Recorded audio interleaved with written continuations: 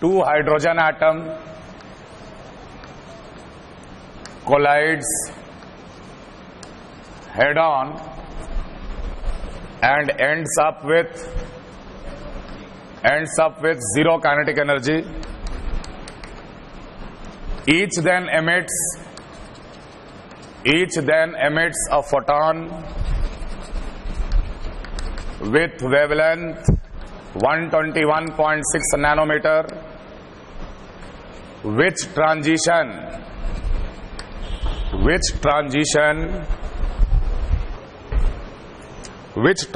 leads to this wavelength?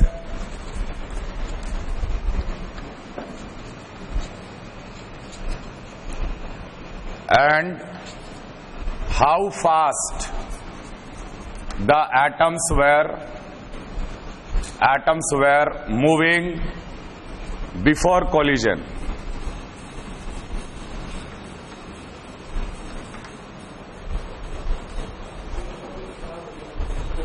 Which transition leads to this wavelength and how fast were they traveling, were they moving before collision? अगला सवाल है, calculate the energy required to excite 1 liter of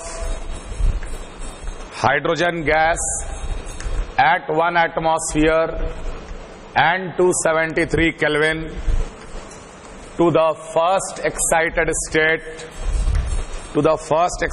state of atomic H. Bond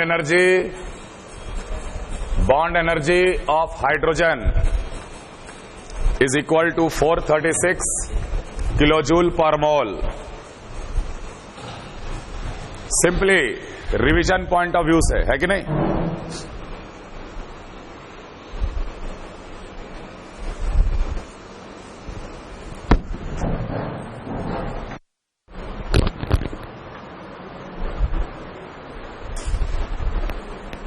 एक तीसरा सवाल भी लिख लेना.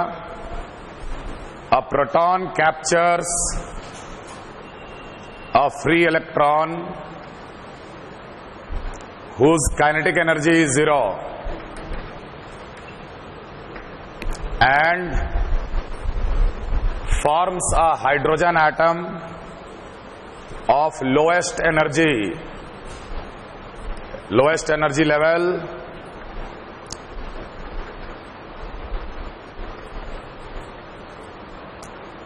if a photon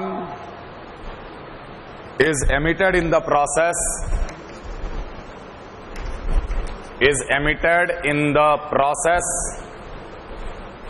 what is the wavelength of the photon?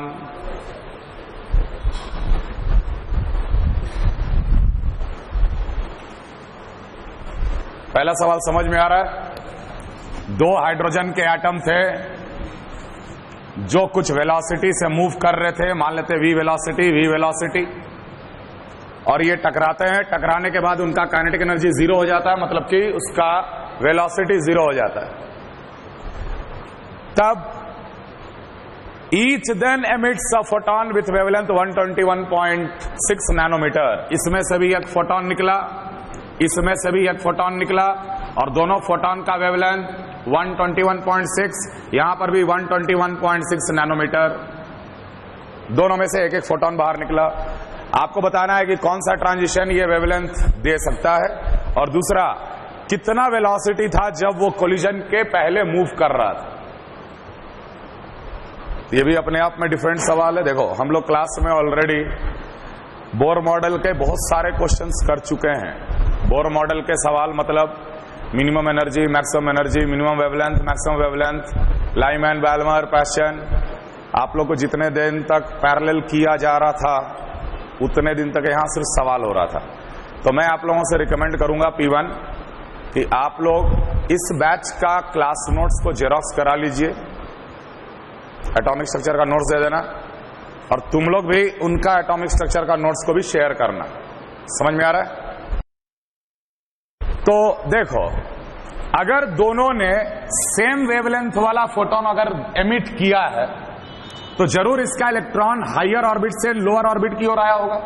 यहां पर भी इलेक्ट्रॉन हायर ऑर्बिट से लोअर ऑर्बिट की ओर आया होगा, तब जाके फोटोन एमिट हुआ, है कि नहीं? बराबर वेवलेंथ वाला फोटोन एमिट हुआ मतलब कि बराबर एनर्जी एमिट किया, बराबर एनर्जी एमिट किया मतलब कि बराबर एनर्जी एब्जॉर्ब भी किया। जो एनर्जी एब्जॉर्ब करेगा वही एनर्जी एमिट करेगा ना फाइनली। ऐसे सोचो, उसका इलेक्ट्रॉन जो था वो n=1 पे था ग्राउंड स्टेट पे, वो इलेक्ट्रॉन कुछ एनर्जी एब्जॉर्ब किया, वो चला गया किसी एक पर्टिकुलर पोजीशन तक, ठीक। जब वो वापस ग्राउंड स्टेट पे आया तो वो फोटोन एमिट कर रहा है। तो अगर दोनों एटम में से बराबर एनर्जी एमिट हो रहे हैं तो जरूर इलेक्ट्रॉन भी बराबर एनर्जी एब्जॉर्ब किया होगा। हम लोग तो इलेक्ट्रोमैग्नेटिक रेडिएशन नहीं दिए, आखिर ये इलेक्ट्रॉन कौन सा एनर्जी एब्जॉर्ब किया होगा? अगर ये कुछ काइनेटिक एनर्जी से मूव कर रहा है, ये भी कुछ काइनेटिक एनर्जी से मूव कर रहा है, अचानक काइनेटिक एनर्जी जीरो हो गया तो वो काइनेटिक एनर्जी गया कहां? वही काइनेटिक एनर्जी एब्जॉर्ब किया वो इलेक्ट्रॉन और अपने आप को n=1 से कहां पहुंचा लिया? n=n तक, हायर ऑर्बिट तक। ये बात तो समझ में आ रहा है? दोनों ने बराबर एनर्जी एमिट किया, इससे यह भी प्रूफ होता है कि दोनों का बराबर काइनेटिक एनर्जी था शुरू में, दोनों का बराबर काइनेटिक एनर्जी था शुरू में। ये काइनेटिक एनर्जी इसका इलेक्ट्रॉन एब्जॉर्ब किया, ये काइनेटिक एनर्जी इसका इलेक्ट्रॉन एब्जॉर्ब किया, दोनों जब एमिट किए तो बराबर एनर्जी एमिट किए। तो क्या हम ये बोल सकते हैं कि इस बक्से के अंदर जो एनर्जी है वो काइनेटिक एनर्जी के बराबर है? Why not? Simple energy conservation का सवाल है ये। जो इस फोटोन क्वांटम के अंदर जो एनर्जी है वो काइनेटिक एनर्जी के बराबर है, क्योंकि इलेक्ट्रॉन ने काइनेटिक एनर्जी एब्जॉर्ब किया और जब वापस आया n=1 पे तो उतना ही एनर्जी एमिट कर दिया फोटोन के रूप में। समझ में आ रहा है? तो इस बक्से के अंदर कितना एनर्जी हो गया? Kinetic energy, and that kinetic energy will be equal to hc/λ। hc का वैल्यू कितना हम बता रखे? 1240। 1240 divided by nanometre always gives the value in electron volt. Electron volt 1240 divided by 121.6, that is the electron volt kinetic energy of the kinetic energy atom. सीधे half mv² will be equal to 1240 upon 121.6 electron volt है, multiplied by 1.602 into 10⁻⁻19 joule. एक hydrogen atom का मास कितना? 1 AMU। Atomic weight 1 है, atomic weight 1 है, लेकिन एक atom का मास कितना है? 1 AMU। Therefore half into 1 AMU का वैल्यू 1.67 into 10⁻⁻24 ग्राम, लेकिन हम इधर जूल लिखे, SI यूनिट, तो 24 के बदले यहां क्या लिखेंगे? -27 kilogram multiplied by v², that will be equal to 1240 divide by 121.6 1.602 into 10⁻⁻19 joule. Solve करेंगे, दोनों का वेलोसिटी निकल जाएगा कोलिजन के पहले। सवाल समझ में आया? दो हाइड्रोजन के एटम पहले कुछ वेलोसिटी से मूव कर रहे थे, टकराए और रुक गए, तो काइनेटिक एनर्जी गया कहां? काइनेटिक एनर्जी इलेक्ट्रॉन ने एब्जॉर्ब किया और n=1 से चला गया n=n पे। जब वो वापस आया फोटोन एमिट किया, तो डेफिनेटली जितना फोटोन में एनर्जी होगा वही काइनेटिक एनर्जी के बराबर होगा। इस तरीके से हम लोग वेलोसिटी निकाल लेंगे। अब बोल रहा है कि which transition has given this wavelength? कौन सा ट्रांजिशन ये वेवलेंथ दिया है? तो 1/λ is equal to Rydberg constant z², 1/n1² minus 1/n2²। सब लोग पढ़े हो? 1/λ 1/121.56 नैनोमीटर। तो nanometre is 10⁻⁻⁹ metre, that will be equal to Rydberg constant metre में 10⁻⁷। डायरेक्टली सेंटीमीटर में लिखना पड़े तो 109678, अगर मीटर में लिखना है तो 10⁻⁷ सीधा इस्तेमाल करो। Z का वैल्यू हाइड्रोजन एटम है तो 1/1² माइनस 1/n²। सॉल्व करेंगे और बताएंगे कि इलेक्ट्रॉन 1 से लेकर कौन से n वैल्यू तक चला गया था। n हमेशा इंटीजर होता है। मान लो सॉल्व किए और n का वैल्यू आ गया 4.2, तो आंसर लिखेंगे 4। n हमेशा इंटीजर, z हमेशा इंटीजर। तो जब भी n निकालना पड़े या z निकालना पड़े, always select the closest integer as the final answer. समझ में आया? कॉपी करो, समझ के कॉपी करो और अगला सवाल को ट्राई करो।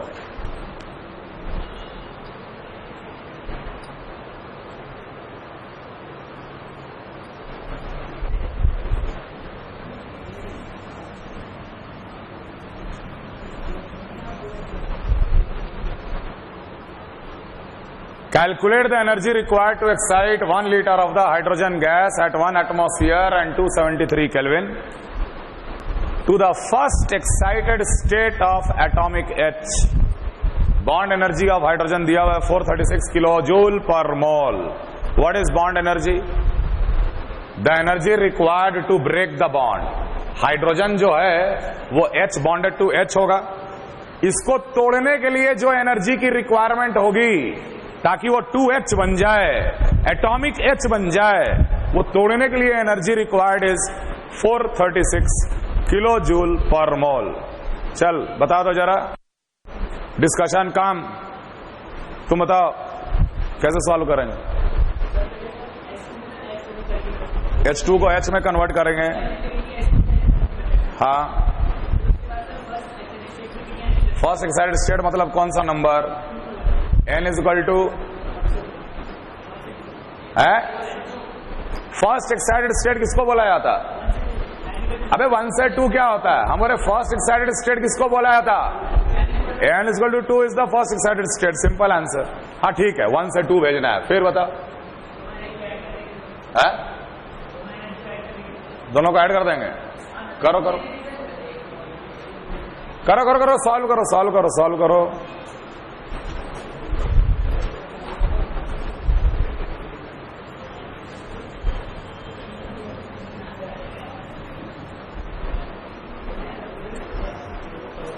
बेसिकली आज हम कोर्स को आगे बढ़ा देंगे और जो लोग P1 वाले मिले उनसे बोलना कि एक बार ओझा सर से बात कर लें. अब उनके पास एक ही ऑप्शन बच जाएगा, इधर गो इन P2 और कम इन P स्टार, है ना. Calculate the energy required to go to excite 1 liter of hydrogen gas 1 atmosphere 273 to the first excited state of atomic H. तो देखो, हाइड्रोजन मॉलिक्यूल फॉर्म में था और हमें चाहिए हाइड्रोजन एटम जिसमें n इक्वल टू 2 पे इलेक्ट्रॉन आ जाना चाहिए. सारे एटम में इलेक्ट्रॉन सेकेंड एनर्जी लेवल पे पहुंच जाना चाहिए. तो इस प्रोसेस में टोटल कितने एनर्जी की आवश्यकता होगी, यह सवाल पूछ रहा है. ठीक है, वेरी सिंपल.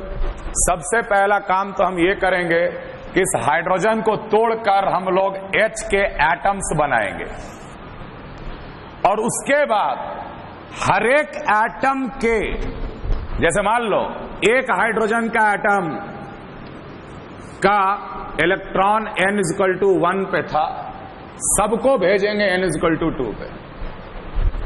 एक एक हाइड्रोजन एटम को हम लोग n इक्वल टू 1 से लेके भेजेंगे कहां? n equal to. अब टोटल एनर्जी की आवश्यकता बतानी है कि कितना टोटल एनर्जी इसमें लगेगा इस काम में. तो सबसे पहला चीज 436 किलो जूल पर मोल. हम लोग ये निकालेंगे कि हाइड्रोजन गैस के मोल्स कितने. एक एटमॉस्फेयर और 273 केल्विन एसटीपी होता है. 1 लीटर वॉल्यूम एट एसटीपी है. Number of mole will be 1/22.4. ये मोल्स ऑफ हाइड्रोजन गैस हो गया. मोल कंसेप्ट पढ़े हो सब लोग? मोल्स ऑफ हाइड्रोजन गैस हो गया. और जब भी हम लोग हाइड्रोजन गैस बोलते हैं, hydrogen is always in a molecular form, not in a atomic form. वो हमेशा H2 के फॉर्म में होता है. तो 1 मोल H2 1/22.4 moles of H2 gas है. समझ में आ रहा? अब सवाल में यह दिया गया है कि 1 मोल को तोड़ने में इतना एनर्जी की आवश्यकता है. कितना? 436 किलो जूल पर मोल. देयरफॉर इस काम में एनर्जी रिक्वायर्ड, मान लें हम E1 बोले, energy required will be 436 multiplied by 1/22.4. Unit होगा किलो जूल. इतना एनर्जी तो चला गया सारे हाइड्रोजन को हाइड्रोजन एटम में चेंज करने में, सारे H2 के मॉलिक्यूल को H के एटम्स में चेंज करने में. ठीक है, अब हमारे पास एटम्स आ गए. अब उसमें एक एक एटम को पकड़ के n इक्वल टू 1 पे इलेक्ट्रॉन मान के चलेंगे. n इक्वल टू 1 से कहां भेजना है? First excited state. n equal to 2 पे भेजना है. ठीक है, अब यहां पर delta E will be equal to, पढ़े हो, 13.6 z square 1 upon 1 square minus 1 upon 2 square, n equal to 1 से n इक्वल टू 2 पे भेजने की एनर्जी इतना आता है इलेक्ट्रॉन वोल्ट में, है कि नहीं है? तो ये कितना आ जाएगा? 1 माइनस 3/4, 4 3 ज़ा 12, 3.4 into 3.4 into 3, that is 10.2 electron volt. But remember this is always per atom. ये एक एटम का एक इलेक्ट्रॉन के लिए इक्वेशन वैलिड है. Delta E is equal to 13.6 z square 1 upon n1 square minus 1 upon n2 square. इसका unit क्या होता है actually? Electron volt per atom. एक एटम का एक इलेक्ट्रॉन को 1 से 2 पे भेजने की एनर्जी इतनी आई. ठीक, अब बताओ टोटल कितने एटम्स थे तुम्हारे पास? ये तो एक एटम का हुआ. बात समझ में आ रहा है? तो टोटल कितने एटम्स थे हमारे पास? तो हमें पता है कि 1/22.4 को जब तोड़े होंगे तो 1/22.4 multiplied by 2 moles of H atoms मिलेगा. 1 मोल 2 मोल देता है. तो 1/22.4 मल्टीप्लाइड बाई 2, इतने moles of H. Number of H 1/11.2 multiplied by Avogadro number. 1/11.2 multiplied by Avogadro number. हमारे पास टोटल इतने हाइड्रोजन के एटम्स थे और एक एटम का एक इलेक्ट्रॉन को 1 से 2 पे भेजने की एनर्जी 10.2 है. Therefore total energy required in this will B 10.2 multiplied by 1/11.2 multiplied by Avogadro number. लेकिन इसका यूनिट किसमें आया? इसका यूनिट किसमें आया? Electron volt multiplied by 1.602 into 10 की पावर माइनस 19. ये हो गया जूल्स डिवाइडेड बाई 1000, ये बन गया किलो जूल्स.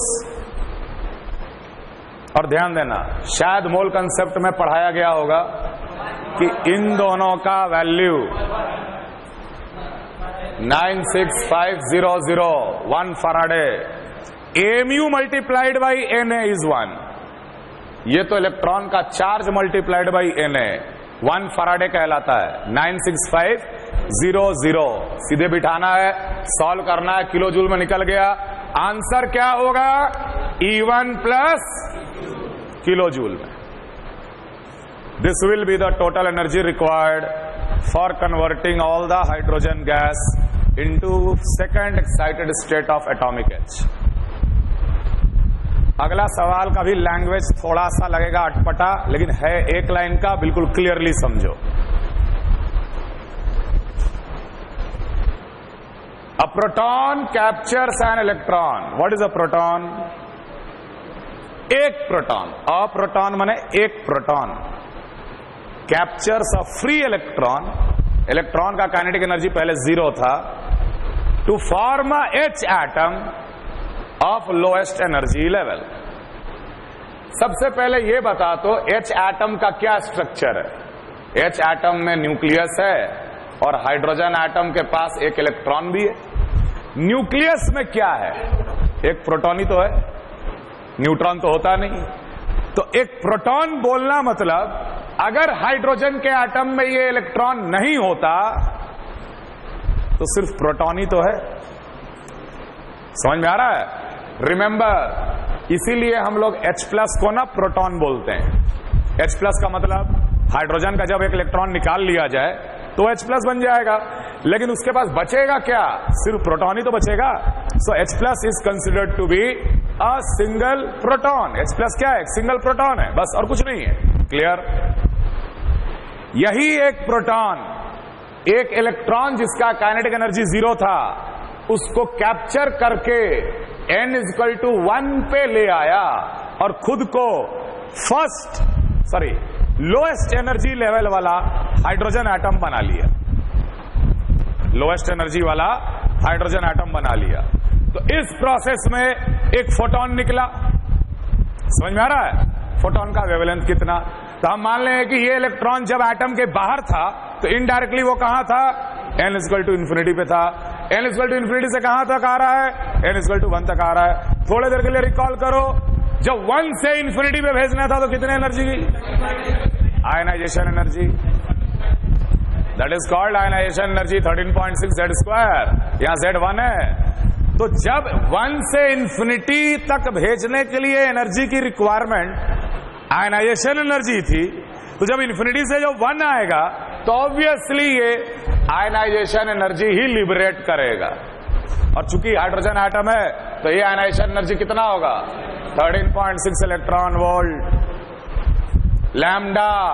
तो हमें पता है कि E is hc by lambda या 1240 upon lambda in nanometre.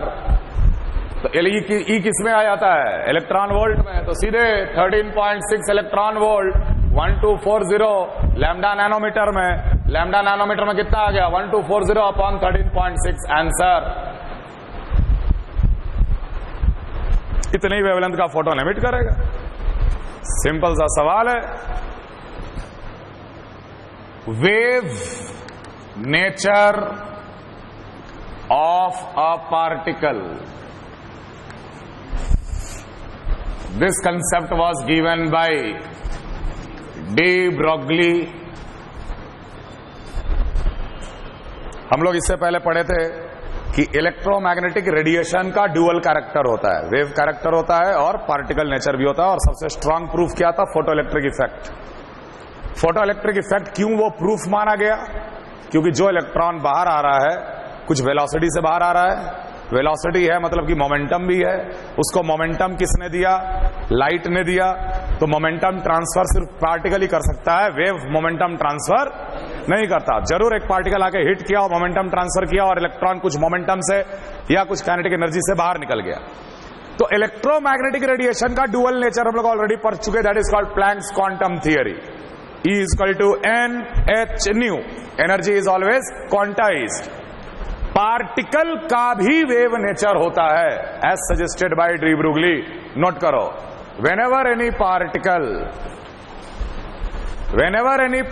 of mass m, whenever any particle of mass m is moving with some velocity, whenever any particle of mass m moving with some velocity, it can be considered as a wave. It can be considered as a wave.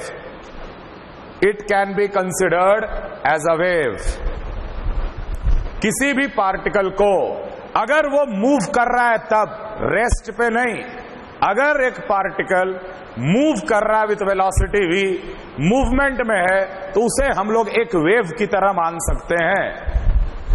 Now जैसे मान लो ये एक particle था, मास m, it is moving with a velocity v, तो हम लोग क्या मान लेंगे? इस पार्टिकल को एक वेव माना जा सकता है। ये वेव मूव कर रहा है विथ अ वेलोसिटी v। समझ में आ रहा है? जैसे ही हम किसी पार्टिकल को वेव माने तो उसका भी एक वेवलेंथ होगा लैम्डा, और यहां पर इस वेवलेंथ को हम लोग बोलेंगे D Broglie's wavelength. D Broglie's wavelength, D Broglie's wavelength. लेकिन ये वेव और इलेक्ट्रोमैग्नेटिक रेडिएशन में बहुत अंतर है।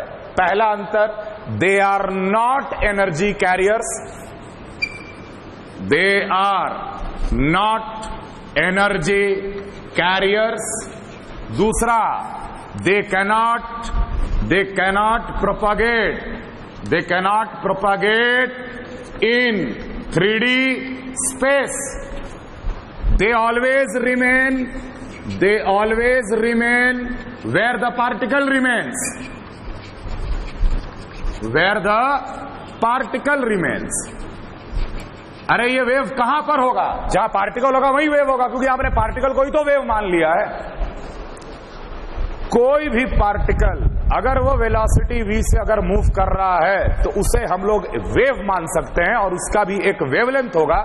लेकिन ये इलेक्ट्रोमैग्नेटिक रेडिएशन नहीं होता। यहां पर गलती से भी hc by lambda मत लगाना। These are not electromagnetic radiation. It is just a wavelength which is associated with a particle. It is just a wavelength which is associated with a particle. जहां पार्टिकल पर ये wave होगा। जिस velocity से particle move कर रहा है वही वेलोसिटी से ये वेव मूव कर रहा है। जिस डायरेक्शन में पार्टिकल मूव कर रहा था उसी डायरेक्शन में ये वेव मूव कर रहा है। तो मतलब हम लोग पार्टिकल कंसेप्ट को हटा के हम लोग वेव कंसेप्ट भी लगा सकते, लेकिन ये वेव 3 डायमेंशनल स्पेस से प्रोपेगेट नहीं होता। जैसे हीट एनर्जी वहां से चला हम तक आ गया, सोर्स तक, टारगेट तक, इस तरीके से वो प्रोपेगेट नहीं होता। जहां पर पार्टिकल है वहीं पर वेव है, एसोसिएटेड वेव वहीं पर है। क्लियर?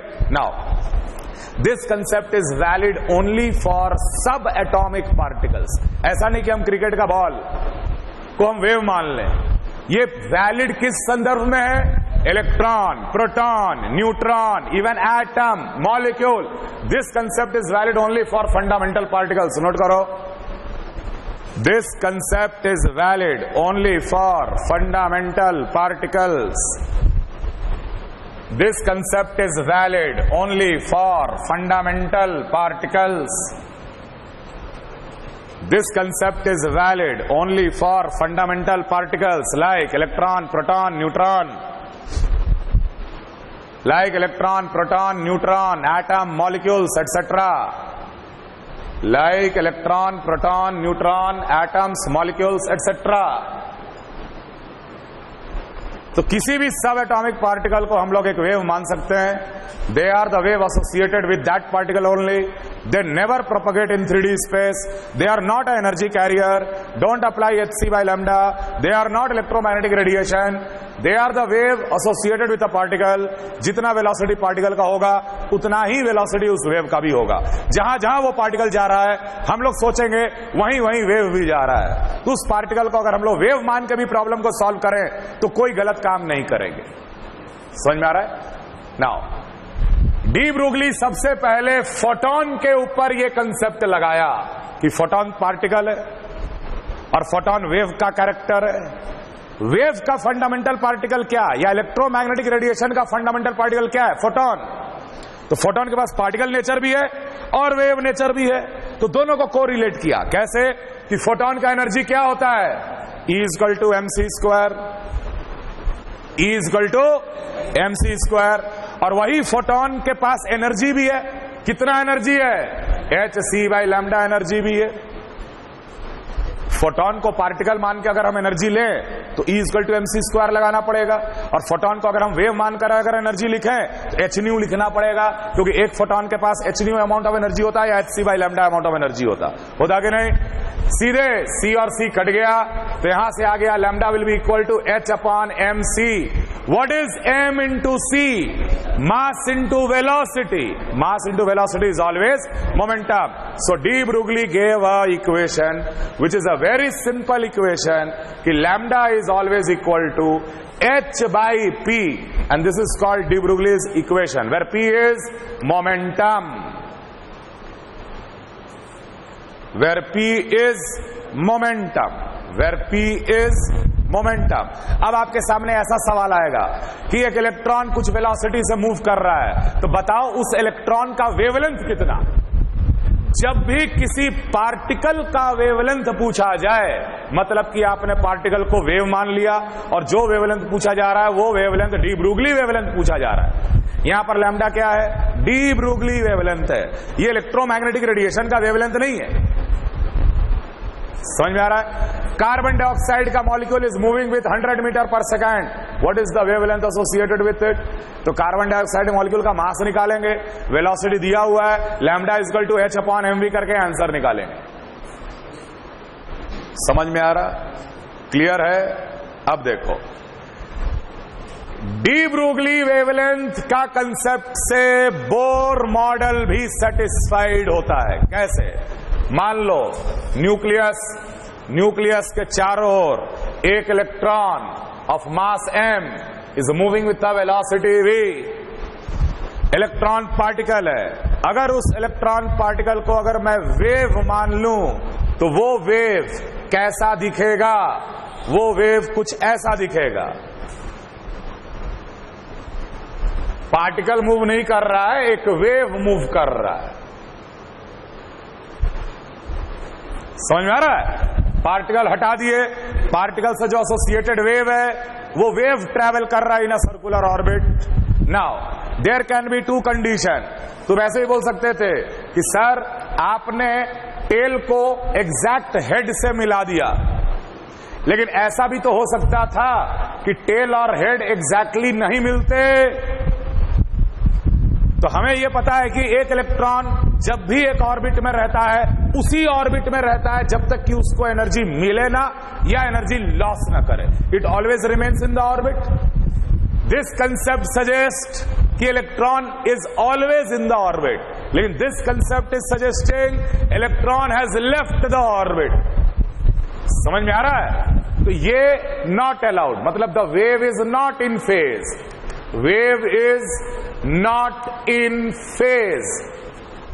बट यहां पर बोलेंगे वेव इज इन फेज, यही मतलब है। जब टेल और हेड एग्जैक्टली मैच कर जाता है तो लोग बोलते हैं वेव फेज में है, लेकिन यहां पर कुछ फेज डिफरेंस है। फेज डिफरेंस के कारण टेल और हेड एग्जैक्टली मैच।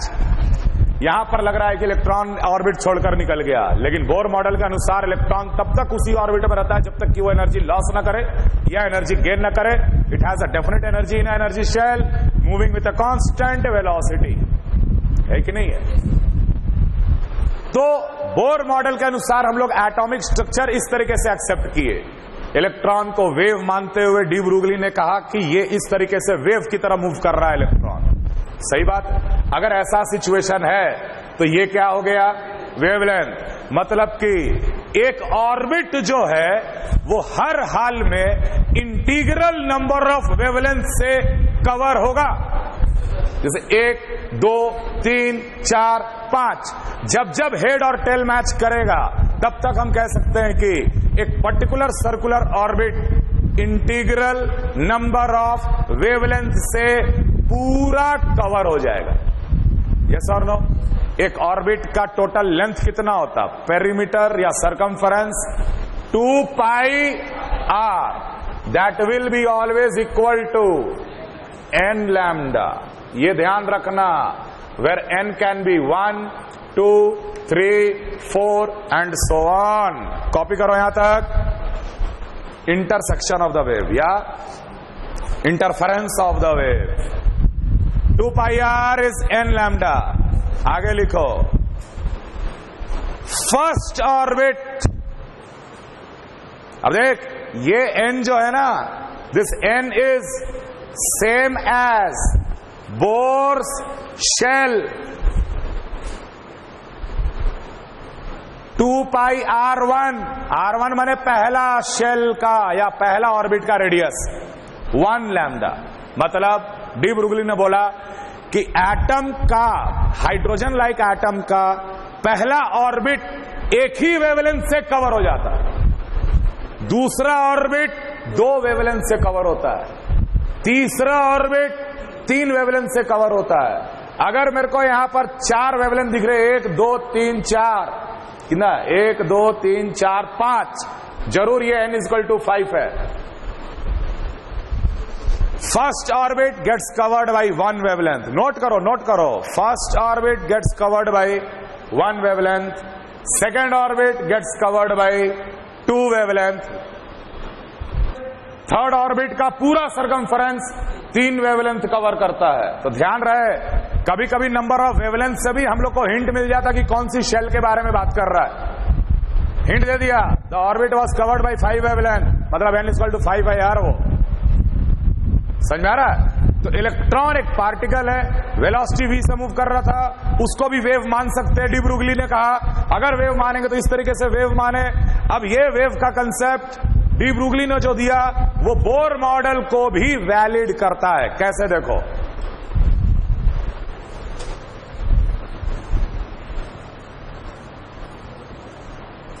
वो ऐसे कि 2 pi R is n lambda, और दूसरा इक्वेशन दिया लैम्डा = h/mv,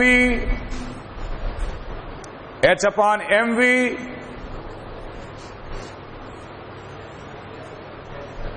लैम्डा का मतलब बिठा दे 2 pi r = n into lambda is h/mv, mvr, और 2 पाई को इधर लेके जा। ये दिया था ना बोर मॉडल।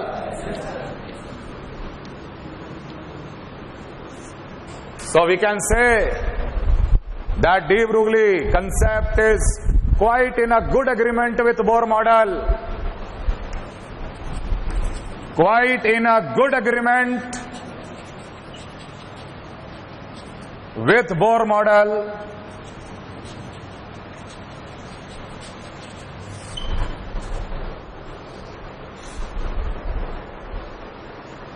तो डी ब्रुगली के दोनों इक्वेशन से हम लोग बोर मॉडल का एक वेरी इंपॉर्टेंट पोस्टुलेट डिराइव कर पा रहे हैं। The angular momentum of the electron is always quantized. mvr is nh upon 2 pi.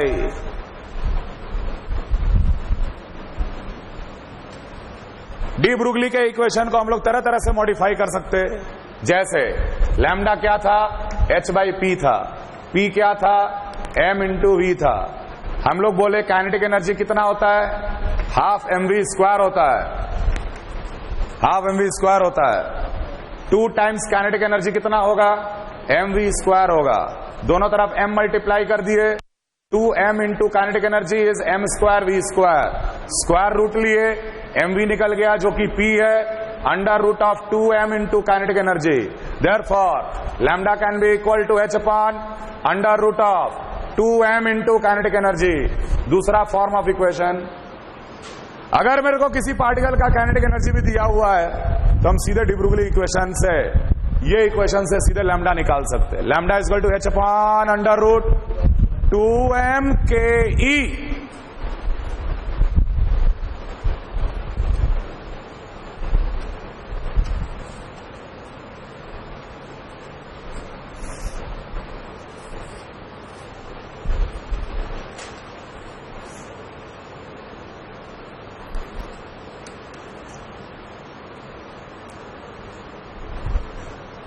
एक इलेक्ट्रॉन था जो कुछ वेलोसिटी v या काइनेटिक एनर्जी से मूव कर रहा था और एंटर कर गया एक ऐसे इलेक्ट्रिक फील्ड के अंदर जहां पोटेंशियल डिफरेंस v वोल्ट है।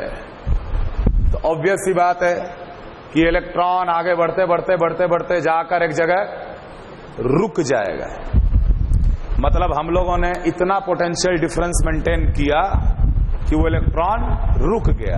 तो उस पोटेंशियल को क्या बोला जाता है, स्टॉपिंग पोटेंशियल। यस और no, stopping potential is getting converted into potential energy. Kinetic energy will be equal to what is the potential energy. Potential energy हमेशा Q multiplied by potential difference होता है। बताया था ना, Ke1 plus Q1 V1 is equal to Ke2 plus Q into V2। Energy conservation है कि नहीं। खैर, Q इंटू V, यहां पर Q कितना है, E के बराबर। Kinetic energy is definitely equal to electron का charge multiplied by V, where V is stopping potential.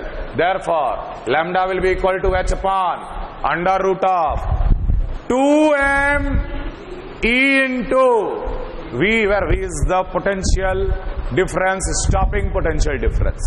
ये काइनेटिक एनर्जी के बदले हम क्या लिख दिए, E into V। Calculate the wavelength associated with an electron moving with velocity is equal to 10 की power 6 metre पर second. Calculate the momentum of a particle whose wavelength is 3.31 into 10 की power minus 10 metre.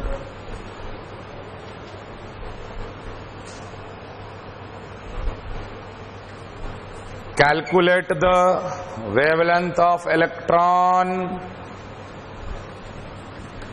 which is accelerated through a potential difference of 75 volts।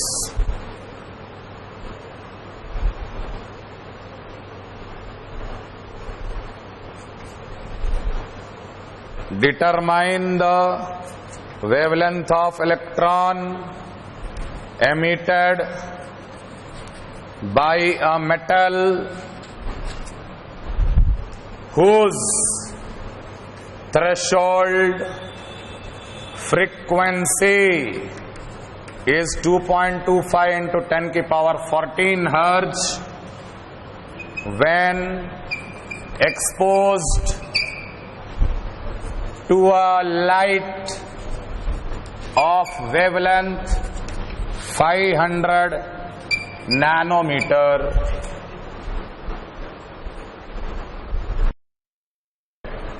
पहले electron यहां था जिसका velocity 0 था, छोड़ दो वी पोटेंशियल लगा के, ये अपने आप इधर जाएगा और निकल जाएगा कुछ काइनेटिक एनर्जी से। बात तो वही है। फिर से बोलोगे kinetic energy will be equal to potential energy, kinetic energy will be equal to E into V. So this V can be called as stopping potential, this V can be called as accelerating potential.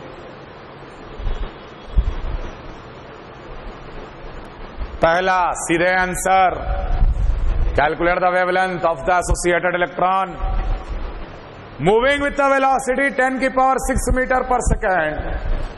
Wavelength कैसे निकालेंगे? किसी भी particle का wavelength पूछा तो हमेशा D ब्रुगली wavelength होगा। समझ में आ रहा है? Lambda is equal to H upon P, H upon M V. Lambda will be equal to H upon M V. H का वैल्यू 6.625 इंटू 10 की पावर -34 SI यूनिट जूल में। तो मास भी होना चाहिए किलोग्राम में और वेलोसिटी होना चाहिए मीटर पर सेकंड में। मास कितना होता है इलेक्ट्रॉन का? 9.1 इंटू 10 की पावर -31 किलोग्राम। वेलोसिटी 10 की पावर 6। सॉल्व करेंगे, लैम्डा निकलेगा। लैम्डा मीटर में निकलेगा। लैम्डा किस में निकलेगा? मीटर में। उसको बाद में आप उसको एंगस्ट्रॉम में चेंज कर लो, नैनोमीटर में चेंज कर लो।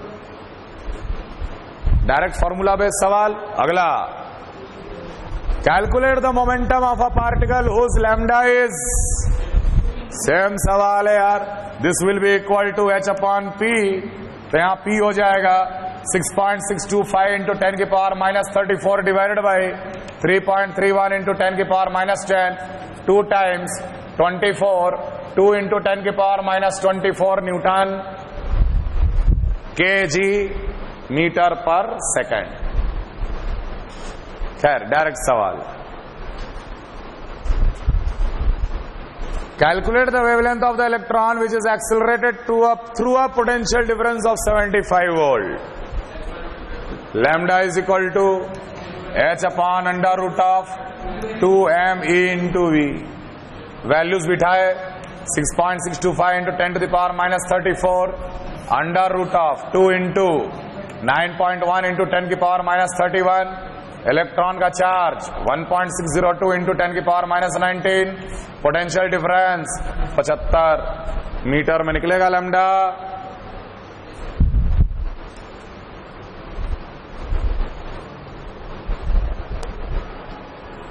अगला सवाल लास्ट, कैसे करेंगे?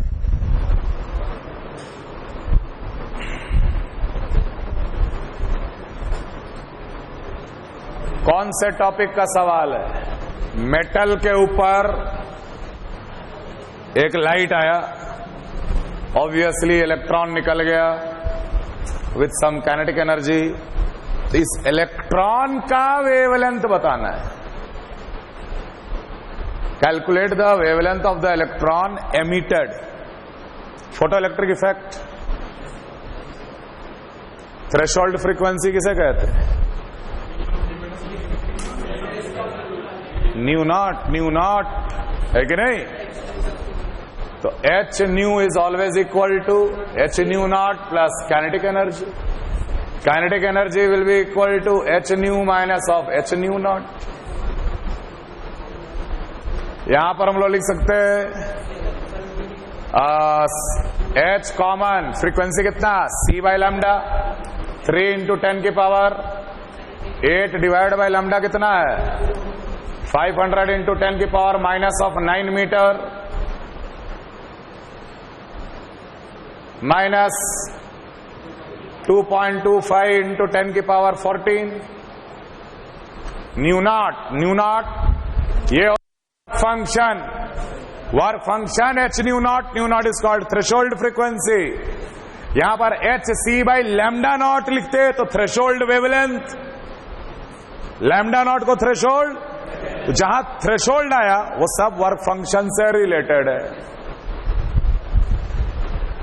काइनेटिक एनर्जी आ गया, एच मल्टीप्लाई कर देंगे 6.625 इंटू 10 की power minus of 34, kinetic energy आया जूल्स में। वेवलेंथ इलेक्ट्रॉन का, ये इलेक्ट्रॉन का काइनेटिक एनर्जी आया, तो इलेक्ट्रॉन का वेवलेंथ अब de Broglie h upon under root of 2m into K E, जो के ई आए बिठाओ, आंसर निकालो।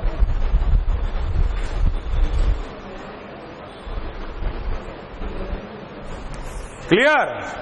अगला सवाल, प्रोटॉन जिसका मास है mp,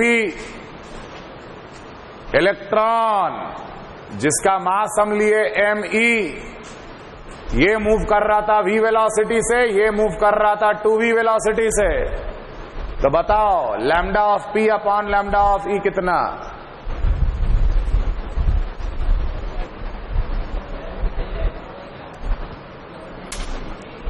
कुछ नहीं है, दोनों इक्वेशन लिखो यार।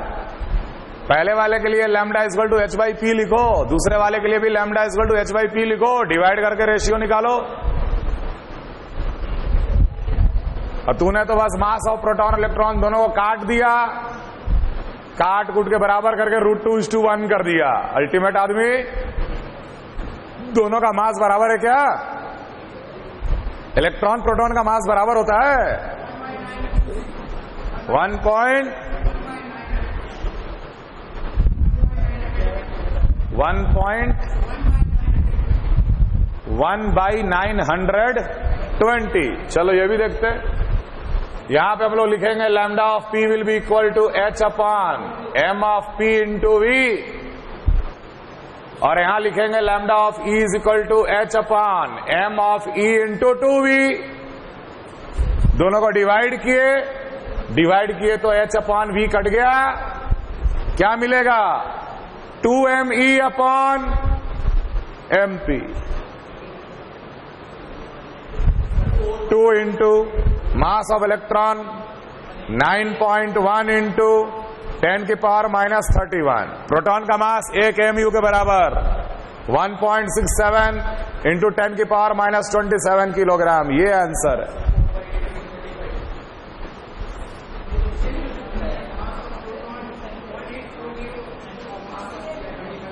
Mass of proton is mass of electron, बिल्कुल कर सकते हैं। क्या तो फिर भी आप करके देखिए।